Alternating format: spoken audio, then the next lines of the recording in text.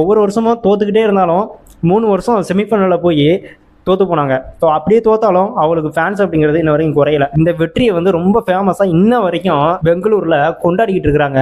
So இந்த வெற்றியை வந்துட்டு எத்தனை நாளைக்கு கொண்டாட போகிறாங்க அப்படிங்கிறது தெரியல.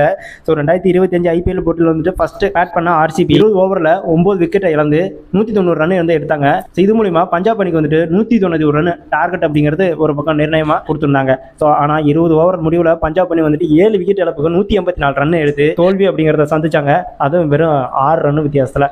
ஈசால கப்தின் அப்படிங்கிறத ஒவ்வொரு வருஷமும் இருக்கிற எல்லா ஃபேன்ஸுமே சொல்லி வம்பிழுத்துக்கிட்டு இருந்தாங்க. லாலிபப் மட்டும் தான் உங்களுக்கு அப்படிங்கிறதா சொல்லி கிண்டல் பண்ணாங்க. ஆனால் இதுக்கு மேலே CS கிட்ட 5 கப்பு இருக்கு, MI கிட்ட 5 கப்பு இருக்கு. இவங்க கிட்ட ஒரு கப்பு கூட இல்லாத 17 வருஷ ஹிஸ்ட்ரியில் 18வது வருஷம் இன்னைக்கு ஒரு கப்பு அப்படிங்கிறது நிறைவு பண்ணியிருக்காங்க. இதுதான் விராட் கோலிக்கு ஒரு எந்த அளவுக்கு சொல்ல முடியாதோ அந்த அளவுக்கு வந்துட்டு ஃபேன்ஸோட மத்தியிலிருந்து நம்பிக்கை அப்படிங்கிறது கொடுத்துருக்காரு.